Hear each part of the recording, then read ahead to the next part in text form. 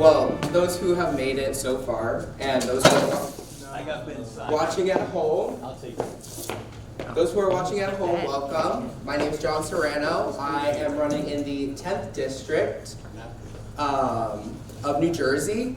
And welcome to the District 9 Forum, and also we decided to change it to Third Parties Rise. It's just a unified front against the two-party system because that is all why we're here. You know, we've all decided to stray from the two-party system and no longer stick with the machine, as I like to call it. The two-party system has become corrupt, and obviously that has banded us all together. That's why we're here, okay? We have to, you know, this is our time to stand together as a unified front against this system that has done nothing but wrong us for our entire lives. I will say for all of our entire lives. So, without further ado, I'm going to go ahead and get started. First up, we have District 9 Libertarian candidate, Bruno Ferreira. All right, good evening, everyone. Thanks so much for being here. I think this is a monumental time, especially in New Jersey. I want to thank you all for being here today. As we know, we stand together as citizens, as voices for the millions of Americans who are tired of being silenced by a broken two-party system. As you may know, we were supposed to have a debate where all candidates could present their ideas to you and to the people. But the Republican candidate, Bill Pramby, pulled out, and the Democrat didn't even bother to respond. So that is the representation that we're getting from the Uniparty. To add insult to injury, the legacy media decided to have a debate with only Billy and Nellie Poe. Right? So thank you very much, New Jersey media, for holding all parties accountable. Are they meeting on the George Washington Bridge? They should. Unfortunately, they're not. Obviously, this is not a functioning republic, right? This is gatekeeping. My district, District 9, 43% of the voters are non-party affiliated. 43%. It is the second largest group in my district. The Democrats are 44%. So how is that a fair representation of District 9? That is not. Absolutely not. So we're here because the two-party system no longer serves the American people, as we see, especially with the help of the legacy media. It serves itself. They want to limit our choices, limit our voices, and keep us divided. This is why we're doing a unified front today. We are third parties rising up. No more, no longer, we say. We know this country was built on diversity of thought, not conformity. We did not conform with the British. Why are we conforming with the two-party system? And today, standing together with the Libertarian candidates and the Green Party candidates, we're rising up against corruption that has the monopoly of power. So, very interesting, a Harvard study measured political corruption of the states by rank. New Jersey is on the top 4. Number 1? Oh, gotta be number 1. Number 1. There we go. Let's go, Jersey. Number 2 so far back we can't even see him in the rearview mirror. Absolutely, yeah. So we are on the top 4 for corruption, both legal and illegal. And of course, this is the system that we're working against. One where corruption is just not tolerated, it is institutionalized. And it is held by the media that does not hold them accountable. And that's what we're asking for. Let's also look a little bit at recent history. So this is a fact. 1997, Nellie Poe was appointed to a vacant seat that was created by Bill Pascrell. And today, Nellie Poe is appointed once again because Bill Pascrell passed away. So history repeats itself, and we're looking at 37 years of repeating itself. What is the media? Right? Now, for my other opponent, Flip-Flop Billy, I brought a representative of his since he declined and flip-flop on us. He was supposed to be here today. So they are yellow on purpose, because yellow is for the fear that keeps him from showing up. And flip-flops symbolizes his constant change and lack of commitment. He could have been here today. He lives in Patterson. Billy, what is it? 3-minute drive for you, buddy? Come on, you could have been here. While he and others avoid facing the people, we are here. We are standing up for you for your right to choose beyond the limit of the two-party system. We'll not allow the media or the political elites to dictate who gets to have a voice in our republic. We all have a voice. We all have a vote. We're not just third-party candidates with the future of this nation's politics. We will not be silenced, and we will not back down. I don't know what it means to back down. Never did, and I will not back down now. It's time for the people to take back control. My slogan is #PullThePlug, and it is intentional. It's time to pull the plug on the old ways. Time to pull the plug on the old systems of the legacy media. It is time to pull the plug on the Federal Reserve and the printing machine that has devastated so many Americans. So #PullPlug is intentional. So in closing words, let's continue this fight, not just for our campaigns, not just for me, not just for you guys, the candidates, but the future of our children, for the integrity of our republic, and for the betterment of this great country. Thank you, everyone. Hello? Is this thing still working? Yes, it's working. Well, thank you, Bruno. That was absolutely amazing. A lot of people, you're going to hear a lot of the same things from a lot of people, including myself. You know, the two-party system has been a foe of mine. And I have a partner in crime sometimes when I'm fighting this machine, and that's the next candidate coming up, which is Mr. Ben Taylor, our Green Party District 9 representative. Hello. Hey, how's it going, everybody? Alright. I'm kind of going off the dome. I didn't really prepare anything, but obviously, as Bruno said, we're here to challenge the two-party system. That's why I decided to run with the Green Party of New Jersey this year in 2024. When I witnessed some of the things that were going on in the two parties, I quickly decided that the Green Party was going to be my home. So I wanted to point to a different study than what Bruno had pointed to, and this is the one from 2014. It was a Page and Gillen study from Princeton, and they found that when a bill in America had a 0% favorability, the most unfavorable bill ever, it would pass at a roughly 30% rate. Now, this study looked at the same idea for bills that were very popular, 90 to 100, which is the most popular a bill could ever be. And that bill also would have roughly a 30% chance of passing, and everything in between would mimic that same trend. So I think that that paints a very good picture of where our democracy is at this point in American history, and it's a big part of why I decided to run. So I'm 25 years old, and my slogan for my candidacy with the Green Party is peace, health, and housing. And the reason for that is because these are three promises that I had been guaranteed growing up that I never got to see come to fruition. So that's a big part of what we're doing as third parties rising up here. Of course, Bruno went through some of the things that our opponents have been up to.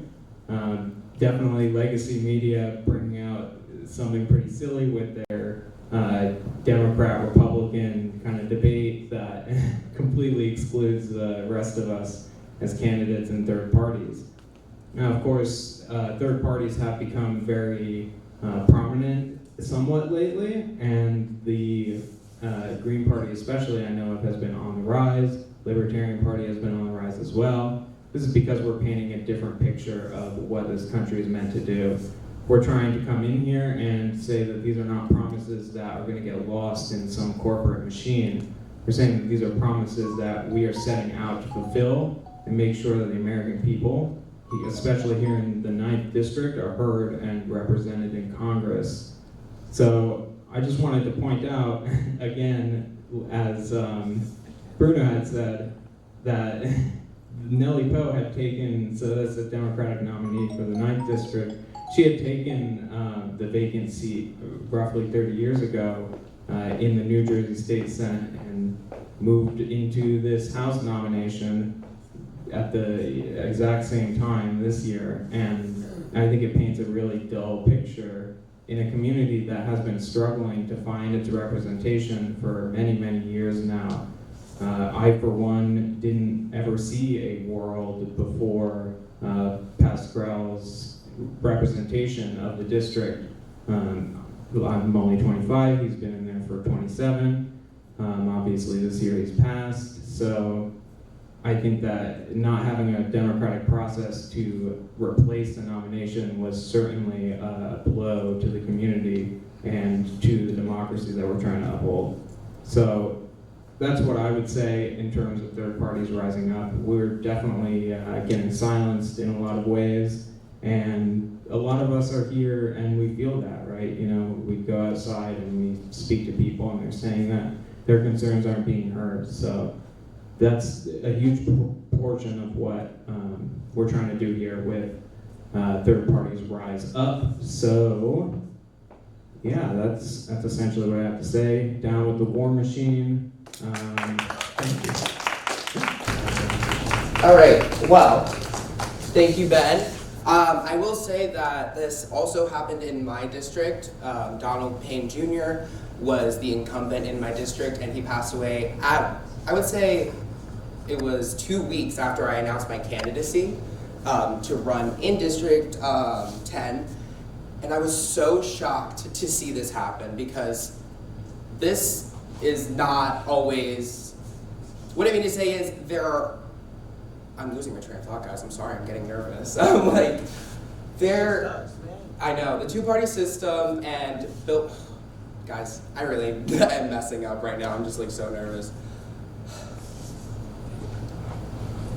Imagine us. Donald Payne Jr. passed away after being in a coma for 11 days. Same thing happens here in District 9, where Bill Pascrell fell ill and passes away. How long after he was hospitalized? I believe it was the same amount of time. That doesn't happen 2 times in an election cycle. Okay? And now, after I just rambled for a really long time, I would like to welcome up Vic Kaplan from District 12. So, Vic, come on up. I want to use this opportunity to speak more so as a Deputy VP of Political Affairs for the Libertarian Party and a Congressional Candidate for District 12. I see a lot of people that come here from the Green Party, and I want to use this opportunity to personally appreciate and acknowledge the stands that the Green Party took after September 11, 2001, when it was the only major alternative political party to come out against the war in Afghanistan. You took a great stance when it was least popular to do so, and I praise you for what you've done. You were right back then, and you're still right today.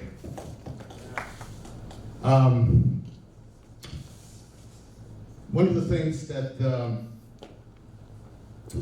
I've noticed, I think it was a few weeks ago, I've looked at newspapers and seen some great headlines. And to all the people that believe that any criticism of the Israeli government amounts to anti-Semitism, the news that I've seen is, well, something to be acknowledged, and which is that Jill Stein, in a lot of the states, she's getting majority of the Muslim American support. So, to all those people who see anti-Semitism everywhere, seeing majority of Muslim Americans supporting a Jewish American for President of the United States, the only thing I can say is, take that, Zionists.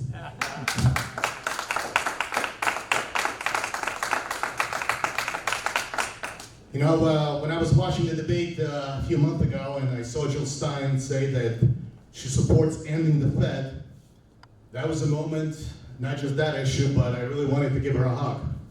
She's got a good heart, which is not something I can say about the major party candidates, Donald Trump and Kamala Harris. unlike them, you can see that she really cares about people. So, I want to use this opportunity, not just to talk about issues that we agree with, but it's an opportunity for me to try to reach out to the Green Party after the election, well, even now, because I think there's a number of issues we can work on, not just at a federal level, but at a state and local level. So I want to use this opportunity to reach out with my hand and say, let's work together, let's change the system, all right, and let's help the American people. Thank you.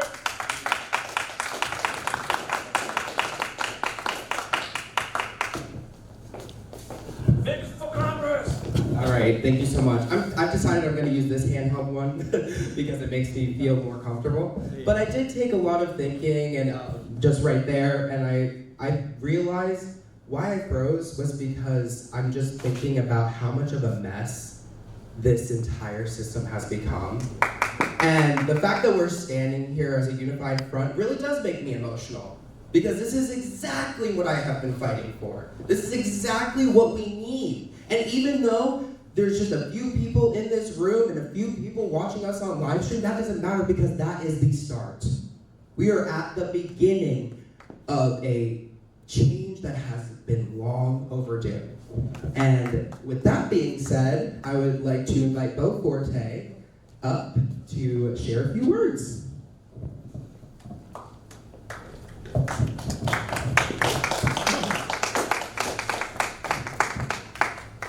Thank you, John. Everybody, my name is Bo Forte. I am the Green Party candidate for the 5th Congressional District. And I've never thought of myself as a politician. I never wanted to be a politician. Then my father got sick. I was his only child. I was his medical proxy, his power of attorney, and for 10 years I had a front row seat to how terrible our healthcare system is. So for years, when Josh first beat Scott Garrett in 2016 to become the representative from our district, like most left-minded people, liberal-minded people, leftists, anything you want to call it, we were thrilled to see Scott Garrett go down. This was a terrible, terrible representative. And we thought, okay, here's a Democrat, he's a centrist, but maybe we can work with him. So for years I sent him emails, very cordial, talking about, hey Josh, I know that you're pretty hostile to universal health care, to the thought of that. You're a Joe Lieberman disciple. So I get it, but let me tell you what I'm going through. And for years these emails went unnoticed, unanswered, not even by his staff, not even a token response. So they got a little meaner over the years, but never crazy, threatening, criminal nonsense, just mean. The first time I ever got an answer from Josh, it was by way of a letter from Superior Court of Bergen County, saying that he was charging me with harassment. In the discovery was 2 of my emails. It was so silly that, and I would never recommend this to anyone, if you get charged with a crime, go get a lawyer. But this was so frivolous that I said, you know what, I'm going to do this myself. After a year, 5 hearings, going up against Linda Schwager, who was the Democratic mayor of Oakland at the time, and also the prosecutor on this case, I went pro se, wrote my own motion to dismiss, felt like I studied for the bar, and after 5 hearings and a trial, the case was dismissed with prejudice. And I was very proud of that, because Josh is a Harvard Law grad, Linda Schwager is the mayor of Oakland, and they couldn't beat me. So, after that, I campaigned a little bit against Linda Schwager last November. She was going for her 4th term as Democratic mayor of Oakland, and I'm happy to say she lost by about 50 votes. I'd like to think I had something to do with that. So then it came down to Josh. Josh wants to be the governor next year. I don't want to be long-winded, but I think this is that important. If he wins this election in 3.5, 4 weeks, he's going to run for governor. The Democratic establishment loves him. No matter what I tell them about my story, no matter what you tell them about him being anti-universal health care, anti-free speech, the guy obviously makes illegal insider stock trades. The Democrats don't care. He is their meal ticket. We have to stop him here. We have to weaken him in this election and make sure he doesn't go further, because God help us all if he becomes governor. Thank you very much, everybody. Thank you both. I would also like to follow up with that. We have Zach Finkelstein here from District 5. He would also like to follow up and say a few words really quickly. So, here you go, Also, Zach. voter choice New Jersey, baby. Yeah, I'll bring that up. Hello. Oh. Hello, everybody. My name is Zachary Finkelstein. I live in the 5th District, where I have the so-called privilege of being served by Mr. Gottheimer. And also, furthermore, to explain how we're taking on the two-party establishment with third-party rise. I'm also a volunteer with Voter Choice New Jersey, a nonpartisan effort to get ranked choice voting implemented throughout the state of New Jersey, alongside Barry Bentner, who you'll hear later on tonight. And I just wanted to say, a couple years ago in 2022, there was this big push by the Mises Caucus, which is a subgroup within the Libertarian Party that was also taken on by the Libertarian Party itself, to reach out to the representatives to talk about, I think it was House Bill number 4197, to end the civil war in Yemen, or the war in Yemen that was backed by the United States military. And there was a big Instagram campaign that said, here's the number of the bill, here's the link to figure out who your representative is, in case you didn't know, and here's what you should reach out to them and what to say. And I thought this bill would be very interesting because even though I don't remember off the top of my head, this was a bill that was sponsored and proposed by a Democratic congressman based out of the state of Oregon. And forgive me for not remembering the name, but I'm going to try and quickly read Josh Gottheimer's reply after I called their office and got a response from what seemed to be a very nice man in Glen Rock, New Jersey. So here is Mr. Gottheimer's response to my concern about the war in Yemen in 2022 from him or his team. Dear Mr. Finkelstein, thank you for contacting me to express your concern regarding the Yemeni civil war. I appreciate you taking the time to share your thoughts. For more than a decade, the civil war in Yemen has led to a humanitarian catastrophe, leaving millions displaced without access to basic necessities like food, water, or medical supplies. The crisis has been exacerbated by Houthi rebels backed by Iran, who regularly commit egregious human rights abuses and prevent assistance to starving civilians. That's an ironic statement given the current reports that Anthony Blinken had to reveal, but we'll save that for another time. Yeah. Furthermore, Iran's support of the Houthis has not only worsened one of the most devastating crises in recent history, but also strengthened the regime's ambitions to exert influence over the Middle East through a land bridge from Tehran to Beirut. The conflict has eroded central governance in Yemen and left the nation fragmented. I wonder why. It is critical that the United States contributes to actively engage. Let me start that sentence from the beginning to make sure I read it correctly.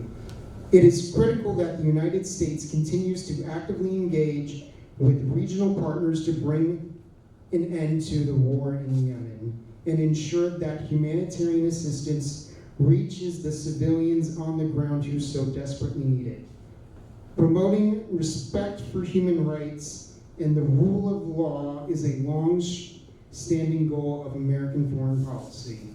I believe the U.S. should continue to be a global leader in protecting fundamental human rights. As your representative, I will continue to monitor the situation in Yemen and will be sure to keep your thoughts in mind. Thank you again for contacting my office, and then some links on how to ask additional questions or receive regular updates through his newsletter. Sincerely, Representative Josh Gottheimer, Member of Congress. So, a bill that was proposed and sponsored by Democrats, no promise of endorsing the bill or voting for it if it ever made it to the floor. This email is a perfect microcosm of the war machine. Why are we in Yemen? Yemen is on the other side of the planet. Did we not forget the words that John Quincy Adams said? We shouldn't go seeking monsters lest we become the monster ourselves. We are the monster, and we've spent $35 trillion and more to become the monster. Nobody wanted to see a civil war in Yemen. Nobody wanted to see America be the world's policeman. That's what George Bush ran on in 2000. Obama ran on hope and change in 2008. And yet, here we are, still having a base in Syria, and we still pretend Kosovo is a real country, and we disrespect Serbia's territorial integrity, and we keep leading Ukraine down the primrose path, as John Mearsheimer predicted in 2015. And if you don't know what I'm talking about, go to the University of Chicago YouTube page, go to the videos tab, and sort by popular. Why the war in Ukraine is the West's fault. That video was made in 2015. That in and of itself debunks the fact that it was an unprovoked war of aggression in 2022 or 2023. We need to end this war machine. This is one of many policies where the Green Party and the Libertarians and other unaffiliated voters agree on. We need to do a much better job working together. So a great place to start would be our 5th district, along with many other places. Thank you for letting me speak at the last minute to just show you what this two-party system really is with a concrete example. Thank you for allowing me to go way over time. Thank you. Thank you so much, Zach. You know, it really is nice to hear from people who aren't candidates so that we can get the full story. I would also like to say, I'm going to point at this camera right here, which is my phone. You guys want to know who's here? Billy Prempe. Everyone say hi, Billy. Hi, Billy. Where are you? We miss you, man. Come on. It's a party over here. Give him the address. Well, you should have the address. Anyways, we have a few more candidates that we have to hear from, and those two will be Barry Bender and Lily Benavides. So first up, I would like to welcome our District 11 Green Party candidate, Lily Benavides. This is making people nervous. Don't be nervous. Hello, my name is Lily Benavides. I'm running for Congressional District 11 against Mikey Sherrill. Mikey Sherrill is big on wars. She's always going for more money, more money, more money for wars, all the time. And she's been, there's Palestinian groups that go there every week. I've been there, but not in her office, but they always go to talk to her. And she promised all these things, as she did before, because I've been, watching her for a while. The same thing she did with all the immigrant rights groups, that she promised that she was going to help them. And at the end, she voted for more money for more ICE detention centers. I'm happy to do this today. I am not a politician. I'm an activist, a community organizer. And that's what we need, because we have tons of politicians in Washington, and we don't need more of that.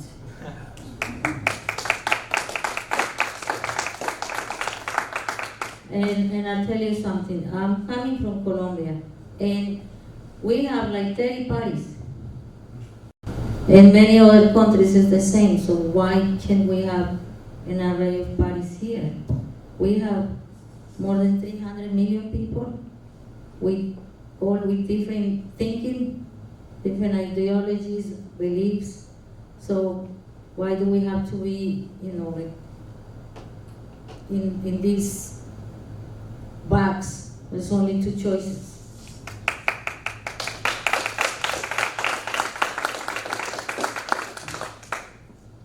And definitely we need to work together with other parties like the Libertarians and work on the issues that are affecting all of us. And this is a critical moment, because things have been bad for a while, but this is the worst of the worst. And we are hanging by a thread for a nuclear war. And I see that, and I think about my kids, my grandkids. not just mine, but every kid, you know, what is their future? What are we leaving for them?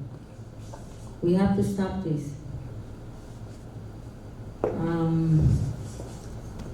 I think that's pretty much it. Thank you, Lily, thank you. And last but not least, I believe so, last but not least, we have Barry Bendar from District 4. He's our Green Party hero because he formulated the Green 13. Thanks for having me here tonight. And I know some of the people who are here, because I work with that guy over there, we're going to get ranked choice voting here in New Jersey right off. Yeah. We're going to do it. I hear references to the two-party system here in New Jersey. Well, I need to correct people. It's a one-party system, okay? And I'll give you an example. I live down in Ocean County. There was a gentleman who was the political boss. He has inroads in Ocean and in Monmouth counties, and his connection went all the way up to DC. He was convicted of tax evasion and sentenced to a year and a day in prison. You know what I'm talking about? Yep. Okay. A year and a day in prison. In his last day in office, the guy with the dead animal on his head, he pardoned him. Shortly, well, not shortly, but a little bit thereafter, the Democratic governor of New Jersey reappointed him to be in charge of the Board of Elections of Ocean County. And I know the man already plays freaking games, okay? So there's your one-party system. I mean, they're so close together, you know. If you look in the closet, they're in there kissing at some point, all right? I mean, everybody has said the same things. I believe in New Jersey it's a one-party system, and again, even at the federal level, they're both owned by the same people. They take the money from the same people, they do the business for the same people, and it's time, and we're the parties to do it, to take the government back and give it back to the people instead of working for the corporations. And that's way, way, way overdue. So we're working hard this year. I think it's the first time since 2000 we filled every slot on the ballot. We got what we're calling the Green 13. We have a candidate in every congressional district and a Senate candidate.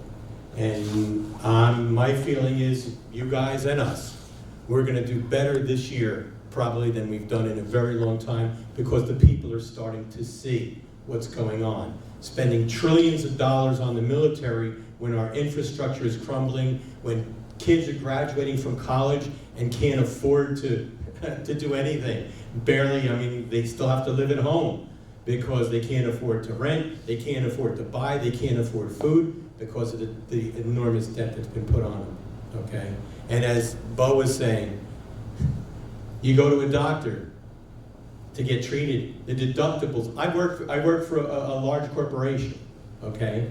And the amount of money that I have to lay out of pocket for my own health care is ridiculous. Single payer health care is way overdue. Anybody in Washington who's not for single payer health care, we gotta get them the hell out. Because that's a biggie also. But I appreciate you having me here tonight. I'm sure I'll see many of you on the campaign trail because I go all over the state. I happen to be the elections chairman for the Green Party of New Jersey. So I cover a lot of turf. I just came from Trenton to here. It shouldn't have taken as long as it did, but it took me 2 hours to get up here, but it was well worth it. Thank you for having me. Thank you. Go ahead and get into the questions. So, the first question that I have is, what is your stance on healthcare reform, and how do you plan to address the rising cost of healthcare for families in our district? Okay, hello everybody. Am I going first? Or does it not matter? Yeah, you can go Okay. ahead. It doesn't matter. Sure. So my stance on healthcare reform is that healthcare should be guaranteed as a human right. This is something that everybody, especially in our district, but I think broadly across the country, should have free access to.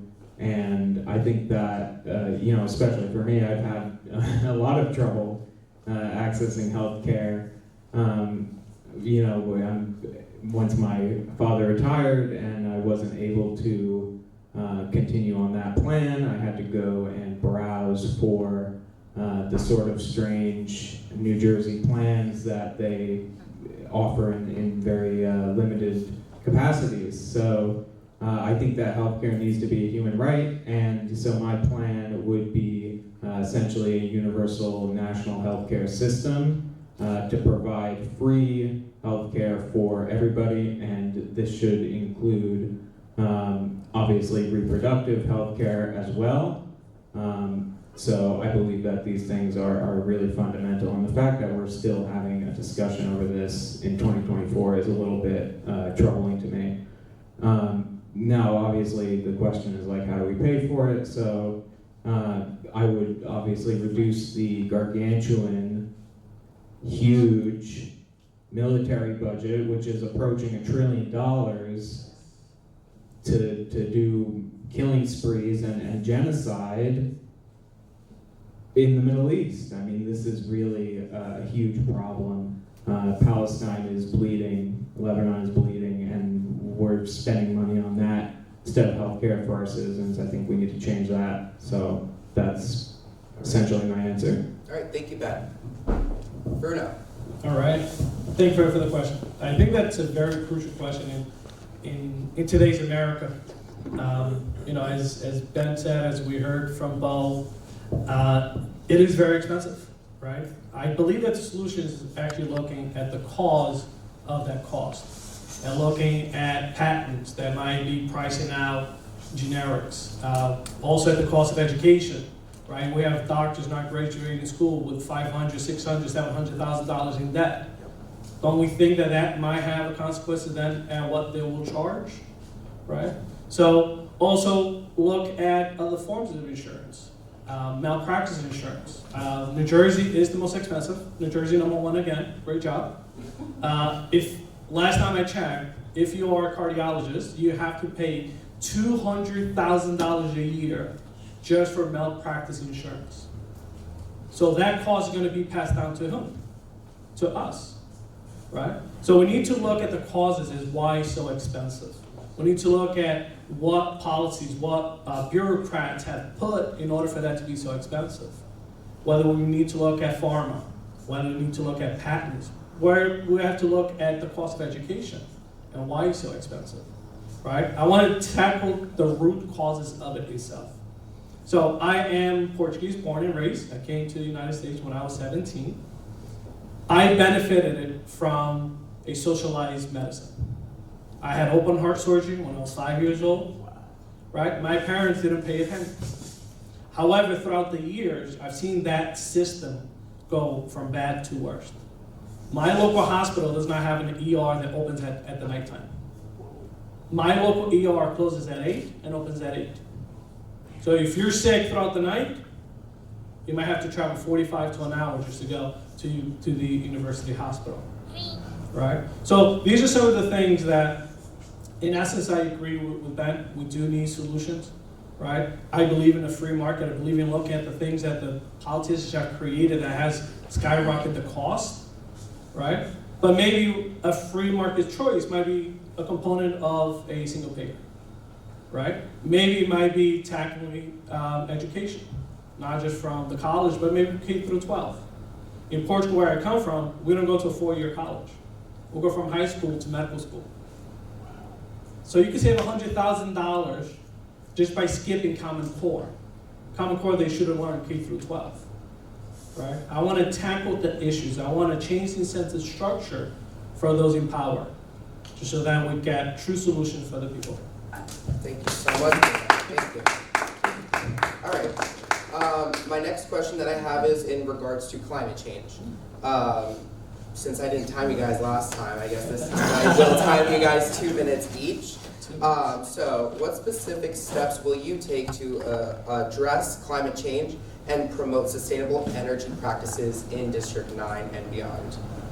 Yes, climate, yeah. 2 minutes starts now. Awesome. So climate change, most definitely, something that is in the minds of a lot of people, especially the younger generation, right? What kind of future are they going to have, right? My children, my daughter is 8, my son is 2. What kind of future are going to leave to them?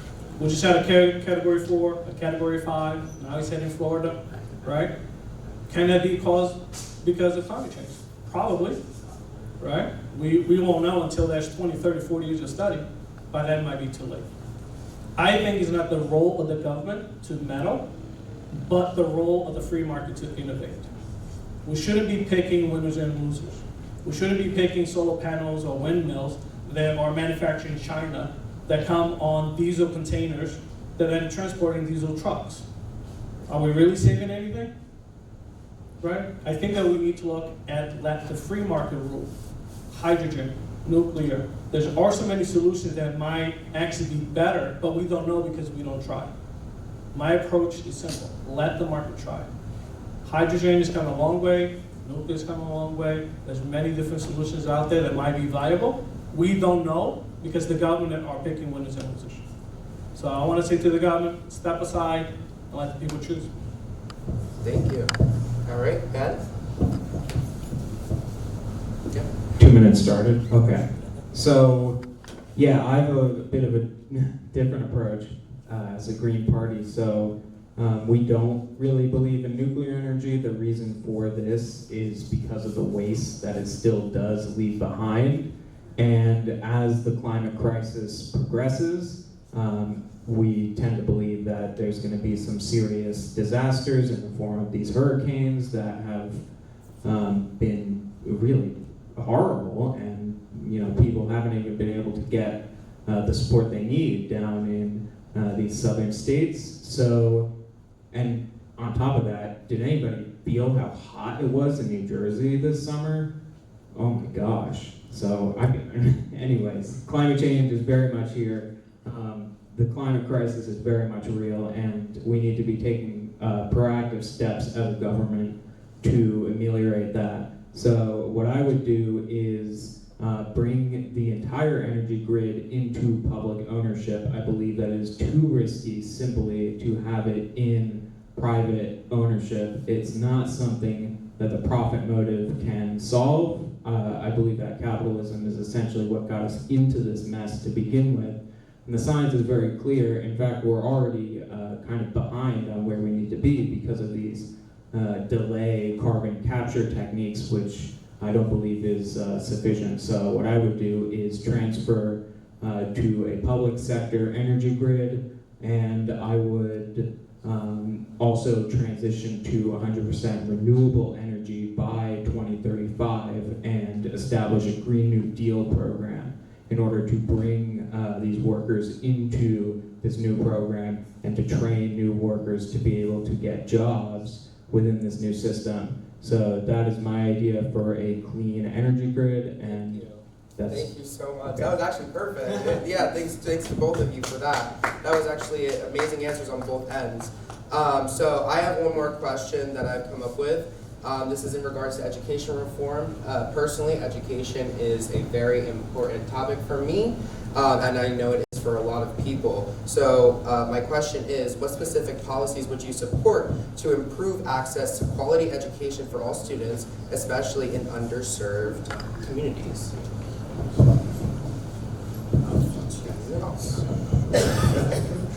Sure. So one thing that I think definitely needs to happen right at the start would be to cancel student loan debt and to introduce a public education system for free higher education for everybody here in America. This is another thing that we can afford by, once again, scaling down the really ridiculous war budget that we've been funding.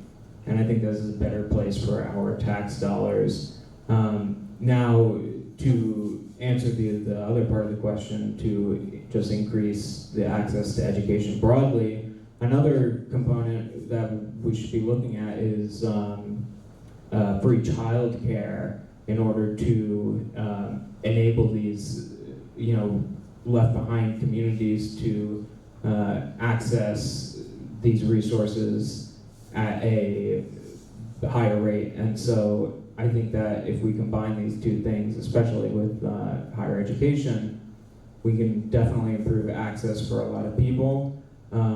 Definitely also taking a look at some of these schools that are kind of just rotting, like here in Patterson. Kind of a side note, but it looked like Nellie Poe was opening her campaign headquarters on top of one of these school sites, which is kind of weird. So anyways, yeah, free higher education, including master's and doctoral degrees, I think need to be accessible to everybody, because it's not fair that some people have access to this and others don't. And we need a federal program in order to fund schools as well. We can't just rely on these property tax rules in states, because that leaves a lot of people out of the equation. Thank you. Thank you, Ben. Bruno? Thank you, Ben. So, once again, I come from a different country, right? I have experienced different types of education. I came in my senior year, and I gotta say, I felt like Einstein. Right? I did. I was an average student. I mean, I never really tried, but I was an average student, and then I came here, and I'm like, whoa, I get to pick my classes?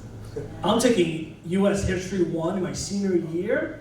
Whoa, they're so cool. Back home, I gotta do advanced physics, advanced chemistry, advanced biology, calculus, and here I get to do History 1, right? So I don't think the problem is funds. I don't think the problem is money. New Jersey last year spent $7 billion of our money in education. $7 billion. Our literacy is going down. Our math proficiency is going down. Right? So it's not a money problem. It is the current system itself that we have that is the problem, where they are training people to answer questions, not provide them with knowledge, not providing them with Common Core that now they got to spend 4 years in college to acquire. Right? We need to demand better. We need to demand that the government does the right thing, which is to allow for different programs to be created, to allow for the students to go into fields that interest them. I was horrible at art. Ask me to draw something, it's going to be stick figure. That's it. It's not going to get more complex than a stick figure, I promise you. But I was amazing at science. I loved science. I lived for science. So why should I be punished with classes that I hate? Right? Let me have the choice. Trust in your people. Trust in the pupils. Let them choose their path. So we have 4 paths. I don't understand my head. But we have 4 paths: humanities, arts, science, and computer. Right? I went to science because I love science. People who grade on humanities went to humanities. And then once I left high school, I was going to go to medical school. So when Ben said, let's have access to doctorates, masters, right? How about we just cut college that might not be needed anymore? Provide the proper education. Get the government away from it. Just that then people could be the best that they could be. I believe in a free market, as you guys may have heard a few times, right? If I want to open a school and provide a solution to your kids, which one are you going to pick? The government that is very inefficient, that is really horrible at using your money, or you yourself with your own dollar? Which one would you pick? Thank you. All right, well, that's that. Does anyone have any questions that they would like to share? Or Hello. So clearly, one area where we do agree more on is foreign policy. Depending on different sources, whether it's the doomsday clock or certain foreign policy experts, apparently we are closer to the brink of nuclear Armageddon today than we were during the height of the Cold War.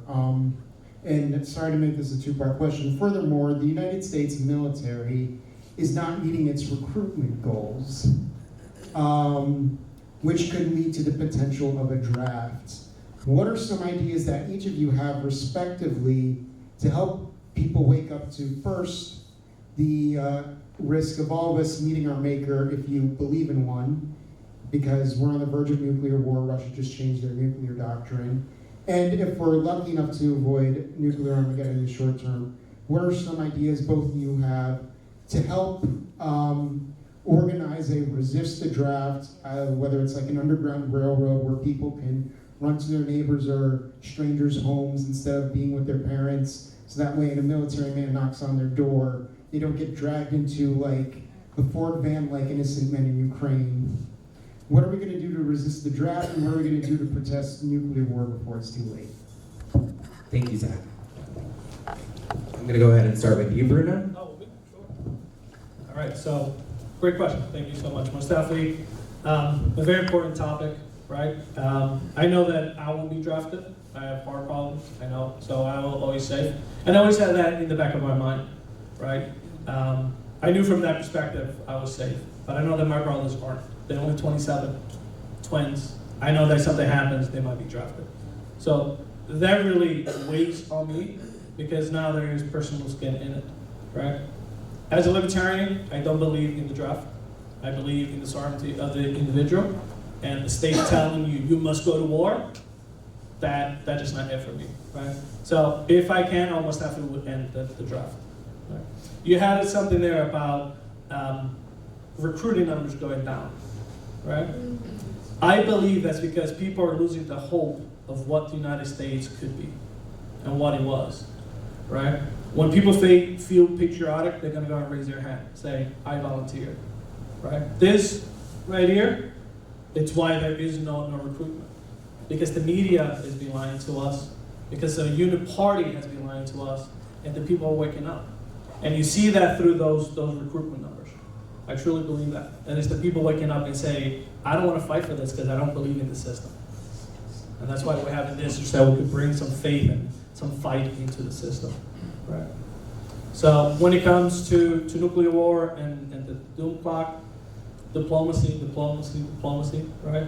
Lead with a strong stick still, because we still need to, right? But diplomacy, right? If I'm in office, I'm gonna reach out, just like I reached out to the Green Party, just that we're building coalitions, right? We do a lot more through coalition, through strength of number, than we do through war. So, thank you.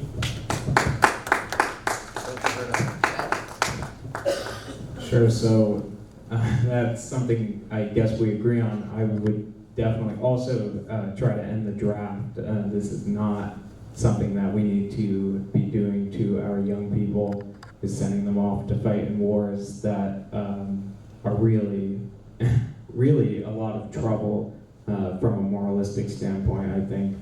Especially with what America is doing with their sort of empire building all across the world and kicking out sovereign leaders and turning these regime change operations and causing all these refugee crises and supporting the genocide in Gaza and Palestine and into Lebanon. I mean, the list goes on and on and on. So there's no question as to why recruitment is down, because you look at what the U.S. military is doing around the world, and you realize that we don't want any part of that at all.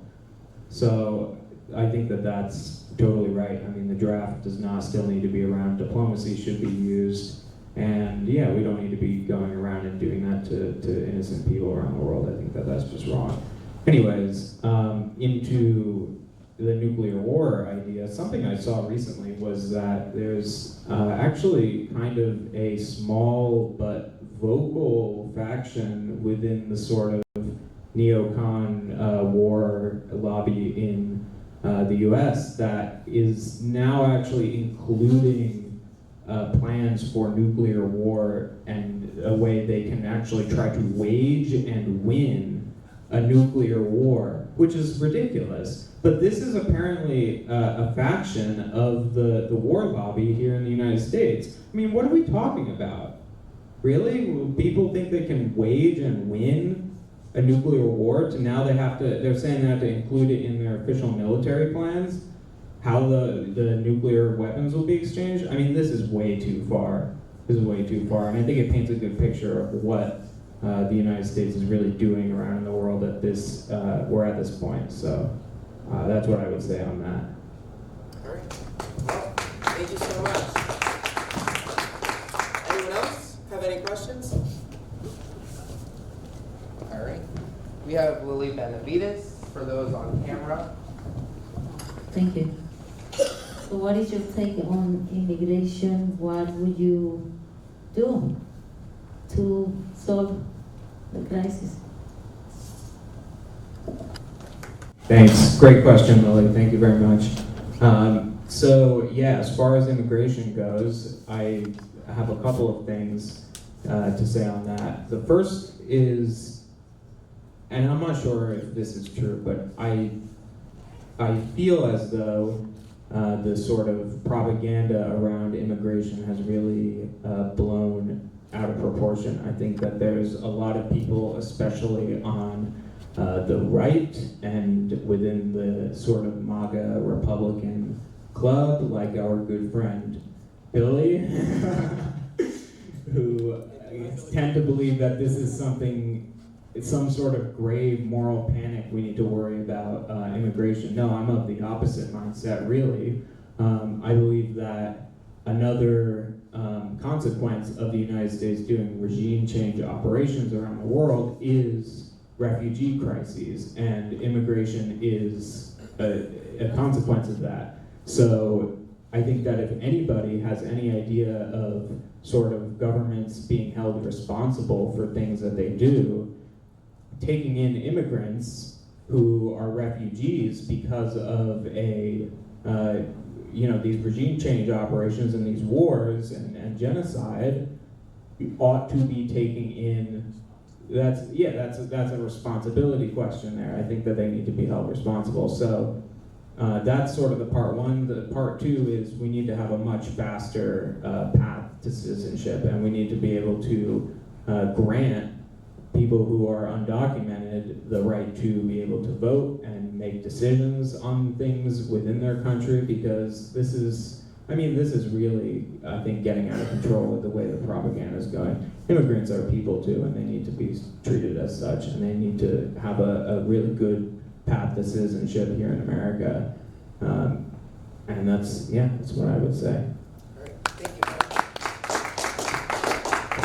All right, Bruno? Yeah. Awesome. So thank you for your question. Like I said, I am an immigrant myself. How much of a hypocrite would I be if I closed the door behind you? Right? I came for a reason. Right? I came to better myself. What I saw in my country wasn't it. Right? I saw, how there was no economic opportunity, how there was no education opportunity. I mentioned it before. I want to go medical school. I needed to know someone in a university to put me in. My grades didn't matter. I could have been a straight A, 20 out of 20, it did not matter. So I came to this country for that economic opportunity. I came to this country to better myself. So why am I going to close the door, right? So like the Libertarian Party position, it was also my position, an Ellis Island type system, right? Come in, tell us who you are, right? Let's make sure you don't have any ill intent towards the country or your citizens, and then you're welcome. Right? Once again, I'm not a hypocrite. Some other candidates may be, but I'm not a hypocrite. Right? I came to this country to better myself. I want everybody else to have the same opportunity. Although there is some danger to it, and Ben did kind of speak about it, which is a brain drain of those other countries. We saw that in Europe. When all the borders open up, the smaller countries face a huge brain drain. Because now all of their doctors, all of their lawyers, everybody went to the bigger countries. And now the other countries don't have doctors, they don't have surgeons, they don't have hospitals, right? So we also need to kind of think a little bit about that, right? About maybe what's also happening in those countries. Maybe it might be our intervention, maybe it might be regime changes, right? So we need to also be cognizant of some of those decisions. But thank you for the question. All right, does anyone else have any questions? I think we're going to do one more if anyone has one. It's really a dumb question because you saw me going back and forth with the phone and looking at my phone. What is your viewpoint on people trashing your campaign signs? Yeah, that is definitely a very good question. 4 text messages and 3 phone calls. Great question. So libertarian private property, right? Don't mess my private property. Yeah. So, I'll leave it at that. Yeah, that's all we need. Yeah, that's. This is what about Christina?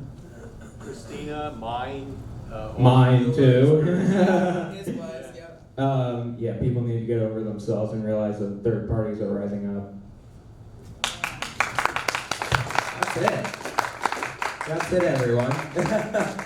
Let's leave it at that. I did just want to also say, even though I was the MC, I am also running in District 10, and District 10 is also a very, very, very special district to me. I live in the 9th District, so, this is definitely the type of power that we need. I will speak for District 9 and say that this is the change that we need, and now is the time. Now is the time for us to stand up. Now is the time for us to act. Everyone who's watching from home, please go register to vote. If you live in New Jersey, October 15th is the last day to register to vote. Okay, this is one of the most important elections of our lives, if not of our generation. Okay? So, thank you guys so much for coming, and yes. Oh, yes, okay, sure. Go ahead. What's your name? Austin Johnson. And what district? District 1. Okay, all right. Hi, my name is Austin Johnson. I'm running in District 1. And my opponent is Donald Norcross and Theodore Lindell.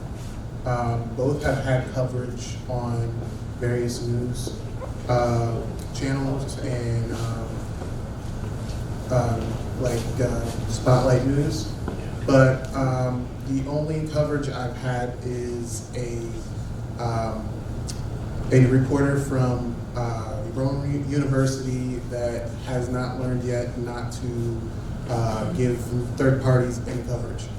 So while I haven't got coverage, what people are missing is that, one, in my race, I am the youngest candidate that is running.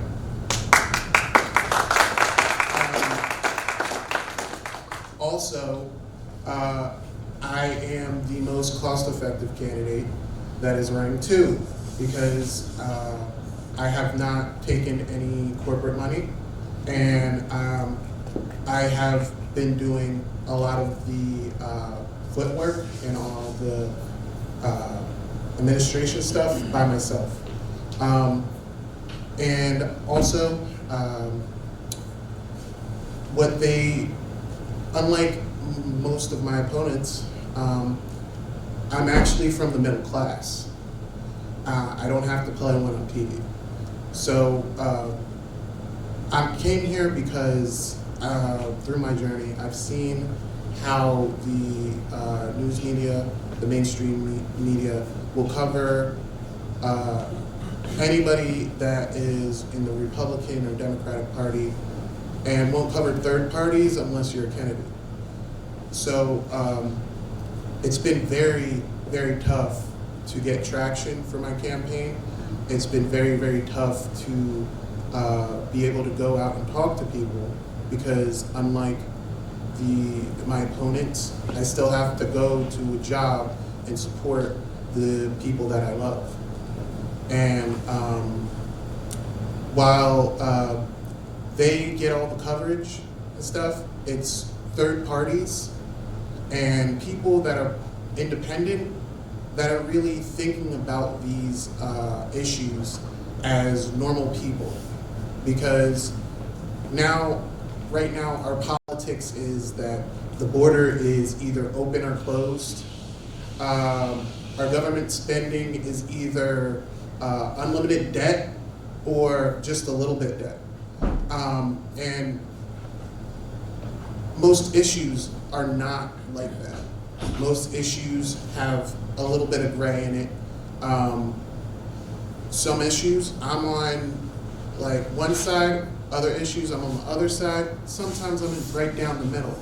And this is the this is the thought process that we need in Congress, that we need in the presidency, that we need in the Senate, and all of our local and state governments. Because if we keep on going down the road that we're going down now,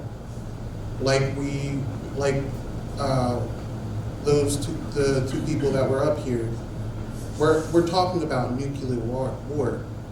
We don't have an army right now. Our army recruitment's down, and nobody is talking about that. We have another hurricane hitting the southeast, and we're talking about if FEMA's going to help them. That shouldn't even be a question.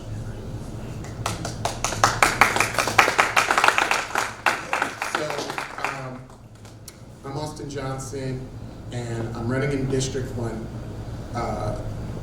Tell whoever you know in District 1 to vote for me, and hopefully I get in and we can help change America.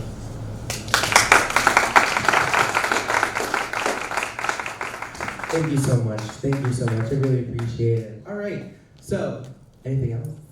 Anything else? Anyone? Okay, well, I did also just want to say thank you guys again so much for coming. This means the absolute world.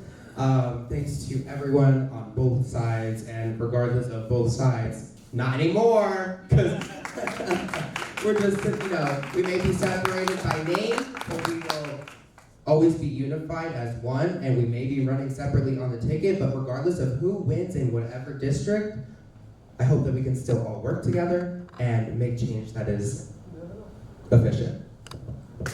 Thank you. Drive safe.